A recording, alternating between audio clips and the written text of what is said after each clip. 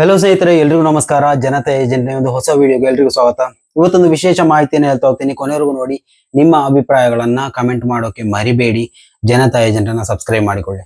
ಸ್ನೇಹಿತರೆ, ನಿನ್ನೆ ದಿನ ಮಹೇಶ್ ಶೆಟ್ಟಿ ತಿಮ್ಮರೋಡಿ ಅವರ ಒಂದು ವಿಚಾರವನ್ನ ಸಂಕ್ಷಿಪ್ತವಾಗಿ ನಿಮ್ಮ ಮುಂದೆ ತೆರೆದಿಟ್ಟಿದೆ. ಸೊ ಆ ಒಂದು ವಿಡಿಯೋಗೆ ಬಹಳಷ್ಟು ಏನು ಸಕಾರಾತ್ಮಕವಾದಂತಹ ಬೆಂಬಲಗಳು ದೊರೆತಿತ್ತು ಮತ್ತು ಅವರ ಕೆಲವೊಂದು ಕಮೆಂಟ್ಸ್ಗಳು, ಬ್ಯಾಡ್ ಕಮೆಂಟ್ಸ್ಗಳು ಬಂದಿತ್ತು. ಅದು ಪರವಾಗಿಲ್ಲ, ಆ ಕಡೆ ಇರಲಿ. ಯಾಕಂತಂದ್ರೆ ನಾವು ನಮ್ಮ ವಿಚಾರವನ್ನ ಯಾವತ್ತು ಸ್ಪಷ್ಟವಾಗಿ ಹೇಳಿರ್ಬೇಕು. ಆ ಒಂದು ವಿಚಾರವನ್ನ ಅಲ್ಲಿ ಸ್ಪಷ್ಟವಾಗಿ ಹೇಳಿದೆ. ಆದ್ರೆ ಇನ್ನೊಂದು ವಿಚಾರ ಏನಪ್ಪಾ ಅಂದ್ರೆ, ಜಯಂತ್ ಟಿ ಅವರು ಒಂದು ವಿಡಿಯೋವನ್ನ ಸಾಮಾಜಿಕ ಜಾಲತಾಣಗಳಲ್ಲಿ ಹರಿಬಿಟ್ಟಿದ್ರು. ಆ ಒಂದು ವಿಡಿಯೋ ಬಗ್ಗೆ ಮಾತಾಡುವುದಾದ್ರೆ, ಏನು ಧರ್ಮಸ್ಥಳದಲ್ಲಿ ಮೀಟರ್ ಬಡ್ಡಿ ದಂಧೆ ಎನ್ನುವಂತಹ ಒಂದು ವಿಚಾರ. ಯಾಕಂತಂದ್ರೆ ಈ ಒಂದು ವಿಚಾರ ಯಾಕೆ ಹೇಳ್ತಾ ಇದ್ದೇನೆ ಅಂದ್ರೆ, ಅಂಕೋಲಾದಲ್ಲಿ ಆ ಒಂದು ಏನು ಗುಡ್ಡ ಕುಸಿತ ಸಂಭವಿಸಿದಂತಹ ಒಂದು ಸಂದರ್ಭದಲ್ಲಿ ಇವಾಗ ಒಂದು ವಾರಗಳ ಮೊದಲು ವೀರೇಂದ್ರ ಹೆಗ್ಗಡೆ ಅವರು ಭೇಟಿ ನೀಡಿದ್ರು ಆ ಒಂದು ಗ್ರಾಮಕ್ಕೆ. ಅಲ್ಲಿ ಭೇಟಿ ನೀಡಿದಂತಹ ಸಂದರ್ಭದಲ್ಲಿ ಮಾಧ್ಯಮ ಪ್ರತಿನಿಧಿಗಳು ಅವರಿಗೆ ಕ್ವಶನ್ ಅದನ್ನ ಕೇಳಿದ್ರು. ಅಲ್ಲಿ ಏನು ಮನೆ ಕಳ್ಕೊಂಡಿದ್ದಾರೆ ಅಥವಾ ಬೇರೆ ಯಾವ್ದಾದ್ರು ಸಂಕಷ್ಟಕ್ಕೊಳಗಾಗಿದ್ದಾರೆ, ಅವರ ಸಾಲ ಮನ್ನಾ ಮಾಡೋಕೆ ಆಗುತ್ತಾ ಧರ್ಮಸ್ಥಳ ಸಂಘದಿಂದ? ಆಗ ಅವರಿಗೆ ಕೊಟ್ಟಂತಹ ಒಂದು ಉತ್ತರ ಏನಪ್ಪಾ ಅಂದ್ರೆ, ನಾವು ಯಾರಿಗೂ ಸಾಲ ಕೊಟ್ಟಿಲ್ಲ, ಬ್ಯಾಂಕ್ ಮುಖಾಂತರ ನಾವು ಸಾಲವನ್ನ ಅವರಿಗೆ ಕೊಟ್ಟಿದ್ದೇವೆ ಅನ್ನುವಂತಹ ಶುದ್ಧ ಸುಳ್ಳೊಂದನ್ನ ಅಲ್ಲಿ ಮಾಧ್ಯಮ ಪ್ರತಿನಿಧಿ ಅವರಿಗೆ ಕೊಟ್ಟಿದ್ದಾರೆ. ನಂತರ ಚರ್ಚೆ ಬೇರೆ ಒಂದು ರೂಟಿಗೆ ಚೇಂಜ್ ಆಗಿತ್ತು. ಆ ಒಂದು ವಿಚಾರ ಅಲ್ಲಿ ಇರ್ಲಿ, ಯಾಕಂತಂದ್ರೆ ಆ ಒಂದು ವಿಚಾರ ಈ ವಿಡಿಯೋ ಕೊನೆಗೆ ಹೇಳ್ತೀನಿ, ಇಲ್ಲ ಅಂದ್ರೆ ಬೇರೆ ಒಂದು ವಿಡಿಯೋ ಮಾಡಿ ಹೇಳ್ತೀನಿ ನಾನು. ಆದ್ರೆ ಇವತ್ತು ಜಯಂತ್ ಟಿ ಅವರು ಒಂದು ವಿಚಾರವನ್ನ ಹೇಳ್ತಾರೆ. ಯಾಕಂತಂದ್ರೆ ಎಲ್ಲ ವಿಚಾರಗಳು ನನಗೂ ಅನುಭವ ಇದೆ. ಯಾಕಂತಂದ್ರೆ ಒಂದು ವಿಡಿಯೋ ಮಾಡಿದ್ರೆ ಆ ವಿಡಿಯೋಗೆ ತಕ್ಷಣ ನೋಟಿಸ್ ಬರುತ್ತೆ, ಅಥವಾ ಕೋರ್ಟಿಂದಲೇ ನೋಟಿಸ್ ಬರುತ್ತೆ, ಅಥವಾ ಯೂಟ್ಯೂಬ್ಗೆ ನೋಟಿಸ್ ಅನ್ನ ಕಳಿಸ್ತಾರೆ. ಇವಾಗ ವಾಟ್ಸಪ್ ಅಲ್ಲೂ ಬರ್ತಾ ಇದೆ, ಇಮೇಲ್ ಅಲ್ಲಿ ಬಂದು ಇವಾಗ ವಾಟ್ಸಪ್ ಅಲ್ಲೇ ಬರ್ತಾ ಇದೆ ನೋಟಿಸ್ಗಳು. 19 ಪುಟಗಳ ನೋಟಿಸ್ ಒಂದು ಇವಾಗ ಮನೆಯಲ್ಲಿದೆ. ಇದೇ ವಿಚಾರಕ್ಕೆ ಸಂಬಂಧಪಟ್ಟಂತೆ ಸೌಜನ್ಯ ವಿಚಾರದಲ್ಲಿ ಮಾತಾಡಿದ ಕಾರಣಕ್ಕಾಗಿ. ಸೊ ಅದರಿಂದಾಗಿ ಅವೆಲ್ಲ ವಿಚಾರವನ್ನ ಬದಿಗಿಟ್ಟು ಜಯಂತ್ ಟಿ ಅವರು ಈ ಒಂದು ಮೀಟರ್ ಬಡ್ಡಿ ದಂಧೆ ವಿಚಾರವಾಗಿ ಒಂದು ಸ್ಪಷ್ಟವಾದಂತಹ ಒಂದು ಮಾಹಿತಿಯನ್ನ ಕಲೆ ಹಾಕಿ ವಿಡಿಯೋ ಮುಖಾಂತರ ನಿಮ್ಮ ಮುಂದೆ ತಂದಿದ್ರು. ಆ ಒಂದು ವಿಡಿಯೋವನ್ನ ನೋಡ್ತಾ ಹೋಗೋಣ. ಎಲ್ಲ ನಮ್ಮ ಸೌಜನ್ಯ ಪರ ಹೋರಾಟಗಾರರೇ ನಮಸ್ತೆ. ಇವತ್ತು ದಿನಾಂಕ 20/8/2024. ಎಲ್ಲರಿಗೂ ಗೊತ್ತಿರುವ ವಿಷಯನೇ. ಒಂದು ಕಡೆ ಸೌಜನ್ಯ ಹೋರಾಟ ಒಂದಿಷ್ಟು ಸ್ಲೋ ಆಗಿದೆ. ಅದು ಅಣ್ಣಪ್ಪ ಸ್ವಾಮಿ, ಮಂಜುನಾಥ ಸ್ವಾಮಿ ಮಾಡಿಸ್ತಾ ಇರೋ ಕೆಲಸ. ಯಾಕಂದರೆ ಈ ಸೌಜನ್ಯ ಹೆಣ್ಣು ಮಗಳ ಥರನೇ ಈ ಧರ್ಮಸ್ಥಳ ಗ್ರಾಮಾಭಿವೃದ್ಧಿ ಯೋಜನೆ ಮುಖಾಂತರವಾಗಿ ಬಡ್ಡಿ ದಂಧೆಗೆ ಸಿಲುಕಿ ಸಾವಿರಾರು ಜನ ಸತ್ತಿದ್ದಾರೆ, ಆತ್ಮಹತ್ಯೆ ಮಾಡಿಕೊಂಡಿದ್ದಾರೆ. ಇದನ್ನು ನೀವು ಬದಿ ಹಾಕ್ತಾ ಇದ್ದೀರಾ, ಇದನ್ನು ಒಟ್ಟಿಗೆ ಕರ್ಕೊಂಡು ಬನ್ನಿ, ಅವರಿಗೂ ಸ್ವಲ್ಪ ನ್ಯಾಯ ಕೊಡಿಸಿ ಎಂಬ ಉದ್ದೇಶದಿಂದ ಈ ಅತ್ಯಾಚಾರಿಗಳು ಮಾತಾಡುವವರನ್ನು ಮಾತಾಡಿಸಬಾರ್ದಂಥ ಉದ್ದೇಶದಿಂದ ಕೋರ್ಟಿಂದ ಸ್ಟೇ ಆರ್ಡರ್ ತರ್ತಾ ಇರ್ತಾರೆ. ಇವರಿಗೆ ಇದೇ ಗೊತ್ತಿರೋದು, ಬೇರೆ ಯಾವುದು ಗೊತ್ತಿಲ್ಲ. ಸ್ಟೇ ಆರ್ಡರಲ್ಲೇ ಇವರ ಜೀವನ ಆಗೋಯ್ತು. ಈ ಬಡ್ಡಿ ದಂಧೆ ವಿಷಯಲ್ಲೂ 3-4 ವರ್ಷ ಹಿಂದೆನೇ ಸ್ಟೇ ತಂದಿದ್ದಾರೆ ಇವರು. ಒಂದು ಕಡೆಯಿಂದ ತನಿಖೆ ಮಾಡಲಿಕ್ಕೆ ಅವ್ರು ಮುಂದೆ ಬರ್ತಾ ಇಲ್ಲ. ಎಲ್ಲದಕ್ಕೂ ಸ್ಟೇ ತಂದು ಆರಾಮಾಗಿ ಕೂತ್ತಾರೆ. ನಾನೇನು ಮಾಡಿಲ್ಲ, ನಾನು ಗಾಂಧಿ, ನಾನೊಂದು ಹೆಣ್ಣು ಮಕ್ಕಳ ಅತ್ಯಾಚಾರ ಮಾಡಿಲ್ಲ, ಮಕ್ಕಳ ಮುಖನೇ ನೋಡಿಲ್ಲ ಅಂತ ಕೂತಿದ್ದಾರೆ. ಇವಾಗ ಏನಂತ ಹೇಳಿದ್ರೆ, ಒಂದು ಕಡೆಯಿಂದ ಪೊಲೀಸ್ ಇಲಾಖೆನ ಪೊಲೀಸ್ ಠಾಣೆಗಳಿಗೆ ದೂರು ಕೊಡ್ಲಿಕ್ಕೆ ಹೋದರೆ, ಆ ಠಾಣೆಯಲ್ಲಿ ದೂರು ಕೊಡ್ಲಿಕ್ಕೆ ಈ ಬಡ್ಡಿ ದಂಧೆಯಿಂದ ನೊಂದು ಠಾಣೆಗಳಿಗೆ ದೂರು ಕೊಡ್ಲಿಕ್ಕೆ ಹೋದರೆ ಅವರು ಈ ಧರ್ಮಸ್ಥಳ ಗ್ರಾಮಾಭಿವೃದ್ಧಿ ಯೋಜನೆಯವರ ಇಲ್ಲ SKDRDP ಇವರ ಕೆಲಸದಾಳ ತರ ವರ್ತನೆ ಮಾಡ್ತಾ ಇದ್ದಾರೆ. ಅದು ಏನಂತ ಗೊತ್ತಾಗ್ತಾ ಇಲ್ಲ. ಇವಾಗ ಕಾನೂನು ಪಾಲನೆ ಮಾಡುವರ ಇಲ್ಲ ಅವರೊಟ್ಟಿಗೆ ಇದ್ದಾರಾ? ಎಲ್ಲ ಅಧಿಕಾರಿಗಳು ಹೇಳ್ತಾ ಇಲ್ಲ. ಒಂದಿಷ್ಟು ಪೊಲೀಸ್ ಅಧಿಕಾರಿಯಿಂದಾಗಿ ಉಳಿದ ಪೊಲೀಸ್ ಅಧಿಕಾರಿಯವರಿಗೆ ಕಲಂಕ ತರುವ ಕೆಲಸವನ್ನು ಮಾಡ್ತಾ ಇದ್ದೀರಾ. ಈ ವಿಷಯದಲ್ಲಿ ಇವತ್ತು ನಾನು IG ಅವರಿಗೆ ಒಂದು ಮನವಿ ಮಾಡಿದ್ದೀವಿ. ಏನು ಸುಪ್ರೀಂ ಕೋರ್ಟ್ ಏನು ಆದೇಶ ಕೊಟ್ಟಿದ್ದಾರೆ, ಅನವವು ನೀವು ಕೋರ್ಟಲ್ಲಿ ಮುಗಿಸಿ, ಅದು ಠಾಣೆಯಲ್ಲಿ ಮುಗಿಸ್ಲಿಕ್ಕಲ್ಲ. ದೂರು ಕೊಟ್ಟರೆ ನೀವು ತಗೊಂಡಿದ್ದೀರಲ್ಲ, ಅದು ಕಟ್ಟಲೇಬೇಕು. ನೀವು ಯಾಕೆ ತಗೊಂಡಿದ್ದೀರಾ? ಆ ಚಿನ್ನ ತಗೊಳ್ಳಿಕ್ಕೆ. ಚಿನ್ನ ಇಟ್ಬಿಟ್ಟು ಕಟ್ಟಿ. ಇದೆಲ್ಲ ಬೇಕಾಗಿರೋದು. ಕಟ್ಟೋದೇ ಕಟ್ತೀವಿ. ಇಷ್ಟು ದಿನ ಜನರನ್ನು ಮಂಗ ಮಾಡಿದಿರಿ, ವಂಚನೆ ಮಾಡಿದಿರಿ, ಅಕ್ರಮವಾಗಿ ಬಡ್ಡಿಯನ್ನು ತಿಂದಾಕಿದಿರಿ. ನೀವು ಹೇಳ್ತಾ ಇರೋದು ಏನೋ 8% ಅಂತ.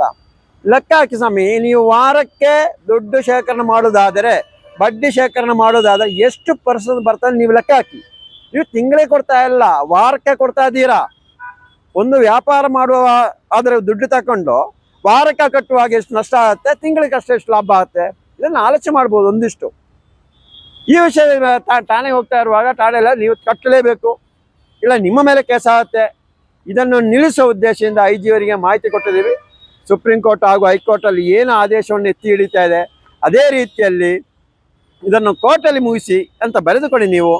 ಅದು ಅಲ್ಲದೆ ನಿಮಗೇನಾದರೂ ಧರ್ಮಸ್ಥಳ ಗ್ರಾಮಾಭಿವೃದ್ಧಿ ಯೋಜನೆಯವರ ಮೇಲೆ ಇಲ್ಲ ಅಲ್ಲಿವರ ಪ್ರಭಾವಿ ವ್ಯಕ್ತಿಯರ ಮೇಲೆ ಏನೋ ಅನುಕಂಪ ಇದ್ದರೆ, ಅಲ್ಲ ಅವ್ರು ದುಡ್ಡು ಕೊಟ್ಟಿರೋದು ಅದು ಕಟ್ಟಿಸಲೇಬೇಕು ಏನೋ ಚಿಂತೆ ಇದ್ದರೆ ತಮಗೆ ಹೇಳ್ತಾ ಇರೋದು ಒಂದೇ, SKDRDP ಶ್ರೀ ಕ್ಷೇತ್ರ ಧರ್ಮಸ್ಥಳ ಗ್ರಾಮಾಭಿವೃದ್ಧಿ ಯೋಜನೆಯಂತ ಸರ್ಕಾರವನ್ನು ವಂಚನೆ ಮಾಡ್ತಾ ಇರುವಂಥ ಒಂದು ಆ ಸಂಸ್ಥೆ ಇದೆಯಲ್ಲ ಸ್ವಾಮಿ, ನೀವು ಅವರಿಂದ ಮೊದಲನೇದಾಗಿ ಸಾವಿರಾರು ಕೋಟಿ ನಗದು ರೂಪದಲ್ಲಿ ಬಡ್ಡಿಗೆ ಬಿಟ್ಟಿದ್ದಾರೆ, ತನಿಖೆ ಮಾಡಿ.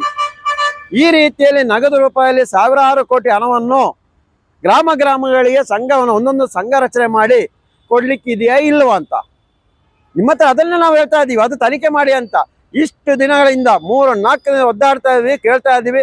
ಯಾರೋ ಒಬ್ಬರು ಅಧಿಕಾರಿಯವರಿಗೂ ಇದರ ವಿಷಯದಲ್ಲಿ ತನಿಖೆ ಮಾಡೋ ಇಂಟ್ರೆಸ್ಟ್ ತೋರಿಸ್ತಾ ಇಲ್ಲ. ಅದೇನು ಅವರಿಗೆ ಭಯಬಿದ್ದು ಕೂತಿದ್ದೀರಾ? ನೀವು ಕಾನೂನಿಗೆ ಭಯಬೀಳಿ, ಕಾನೂನು ಎತ್ತಿ ಹಿಡಿಯಿರಿ. ಯಾರ್ಯಾರೋ ಇದ್ದಾರೆ ಅಂತೇಳಿ ದುಡ್ಡು ಆಮಿಷ ಒಡ್ಡಿ ಇಲ್ಲ, ದುಡ್ಡಿರುವವರ ಹತ್ರ ನೀವು ಹೋಗಿ ತಲೆ ಬಗ್ಗಿಸಬೇಡಿ. ನೀವು ನಿಯತ್ತಾಗಿ ಕಾನೂನು ಚೌಕಟ್ಟಲ್ಲಿ ಕೆಲಸ ಮಾಡಿ. ನೀವು ಯಾವ ಉದ್ದೇಶದಿಂದ ಅವರೆಲ್ಲ ಕೇಳ್ತಾ ಇರೋದು? 19/6/2024 ಉಡುಪಿ DC ಅವರಿಗೆ ಮನವಿ ಮಾಡಿದ್ದಾರೆ ಮಹೇಶಣ್ಣವರು. ಇಂಧನ ತನಿಖೆ ಮಾಡಿಲ್ಲ, ಗ್ರಾಮದಲ್ಲಿ ಹೊಡೆದಾಡ್ತಾ ಇದ್ದಾರೆ. ಇವಾಗ ಏನು ಮಾಡ್ತಾ ಇದೆ ಅಂತ ಹೇಳಿದ್ರೆ, ಧರ್ಮಸ್ಥಳ ಗ್ರಾಮಾಭಿವೃದ್ಧಿ ಯೋಜನೆಯವರು ಯೋಜನಾಧಿಕಾರಿಯವರು ಮನೆಗೆ ಬರ್ತಾ ಇಲ್ಲ, ಇಲ್ಲಾರೆ ಅಲ್ಲಿಯ ಸೇವಾ ಪ್ರತಿನಿಧಿಗಳು ಮನೆಗೆ ಬರ್ತಾ ಇಲ್ಲ. ಏನು ಗುಂಪುಗಟ್ಟು ರಚನೆ ಮಾಡಿ ಆ ಗುಂಪಿಗೆ ನಗದು ರೂಪದಲ್ಲಿ ಹಣ ಕೊಟ್ಟಿದ್ದಾರ, ಅವರಿಂದ ಹೊಡೆದ ಕೆಲಸ ಮಾಡ್ತಾ ಇದ್ದಾರೆ. ಏನು ಬ್ರಿಟಿಷರು ಏನು ಸೇಮ್ ದೇಶಕ್ಕೆ ಬರಲಿಕ್ಕೆ ಯಾವ ರೀತಿಯಲ್ಲಿ ರಾಜರ ಮಧ್ಯೆ ಹೊಡೆದಾಡಿಸ್ತಾರ, ಸೇಮ್ ಅದೇ ಡಿಟ್ಟೋ ಕೆಲಸ ಮಾಡ್ತಾ ಇದ್ದಾರೆ. ಇವರ ಏನು ಅಲ್ಲಿಂದ ಬಾಕಿ ಬ್ರಿಟಿಷರು ಹೋಗುವಾಗ ಯಾರನ್ನೋ ಬಿಟ್ಟೋದ್ರು, ಅವರೇ ಅಂತ ಕಾಣಿಸ್ತಾ, ಇವರು ಬೇರೆ ಯಾರಲ್ಲ ಇವರು. ಆದ್ದರಿಂದ ನಾವು ಹೇಳ್ತಾ ಇರೋ, ನೀವು ತನಿಖೆ ಮಾಡಿದ ನಂತರ ಕಟ್ಟಬೇಡಿ ಅಂತೇಳಿ. ಇನ್ನು ಗ್ರಾಮಾಭಿವೃದ್ಧಿ ಯೋಜನೆ ಅಂದರೆ ಕೇಂದ್ರ ಸರ್ಕಾರ ತಂದಿರುವಂಥ ಒಂದು ಯೋಜನೆ, ಅದು ಗ್ರಾಮಾಭಿವೃದ್ಧಿ ಯೋಜನೆ.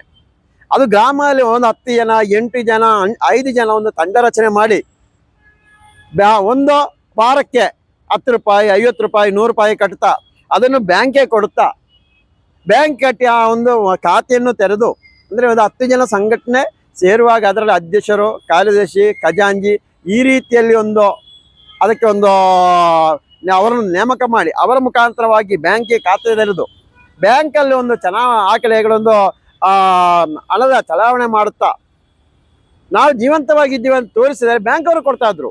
ಅದನ್ನು ಆ ರೀತಿಯಲ್ಲಿ ಆ ಸಂಘವನ್ನು ಅಭಿವೃದ್ಧಿಪಡಿಸಿ ಅಂತ ಹೇಳ್ತಾ ಇರೋದು. ಆ ಏನು ಕಮ್ಮಿ ಬಡ್ಡಿಯೂ ಸಿಗ್ತಾ ನೇರವಾಗಿ ಒಂದು ಕಡೆಯಿಂದ ನಮ್ಮ ದುಡ್ಡಿಗೆ ನಮಗೆ ಬಡ್ಡಿ ತಗೊಳ್ಬೋದು, ಇಂಥ ಕೆಲಸ ಮಾಡಿ ಅಂತ ಹೇಳುವಾಗ ಇವರು ಮಾಡ್ತಾ ಇರೋದು ನಮ್ಮ ದುಡ್ಡನ್ನು ತಂದು ಹಾಕಿಕೊಟ್ಟು ಇದೇನ ಕೇಂದ್ರ ಸರ್ಕಾರ ಯೋಜನೆ ಅಂತ ಹೇಳ್ತಾರೆ. ದಡ್ಡರಾಗಬೇಡಿ ಯಾರು, ಕೇಂದ್ರ ಸರ್ಕಾರ ಯೋಜನೆ ಅಲ್ಲ, ಧರ್ಮಸ್ಥಳ ಗ್ರಾಮಾಭಿವೃದ್ಧಿ ಅಂತ ಹೇಳ್ಬೋದು. ಕಪ್ಪು ಹಣವನ್ನು ವೈಟ್ ಹಣ ಮಾಡ್ತಾ ಇರುವಂತ ಕೆಲಸ ಮಾಡ್ತಾ ಇದ್ರೆ, ಉಂಡಿ ಬಿದ್ದ ದುಡ್ಡನ್ನು ವೈಟ್ ಮಣಿ ಮಾಡುವ ಕೆಲಸವನ್ನು ಮಾಡ್ತಾ ಇದ್ದಾರೆ. ಇದರೊಂದಿಗೆ ಒಂದಿಷ್ಟು ರಾಜಕಾರಣ ದುಡ್ಡನ್ನು ತಂದಾಕಿದ್ದಾರೆ. ಒಂದು 50,000 ಕೋಟಿ ಇಲ್ಲಿ ಸಾಲ ಕೊಟ್ಟಿದ್ದಾರೆ. ಒಂದು 10,000 ಕೋಟಿಯನ್ನ ಬ್ಯಾಂಕಿಂದ ಸಾಲ ತೆಗೆದು ನಾವು ಕೊಡ್ತಾ ಇದೀವಿ ಅಂತ ತೋರಿಸಿ ಹೀಗೆ ಒಂದು ದಂಧೆ ನಡೀತಾ ಇದೆ. ಎಲ್ಲಾ ಪೊಲೀಸ್ ಅಧಿಕಾರಿಗೂ ನಾನು ಮಾಹಿತಿ ಕಳಿಸ್ತೀವಿ, ಪ್ರತಿಯೊಬ್ಬರಿಗೂ ಕಳಿಸ್ತಾ DC ಅವರಿಗೂ ಮಾಹಿತಿ ಕಳಿಸ್ತಾವೆ.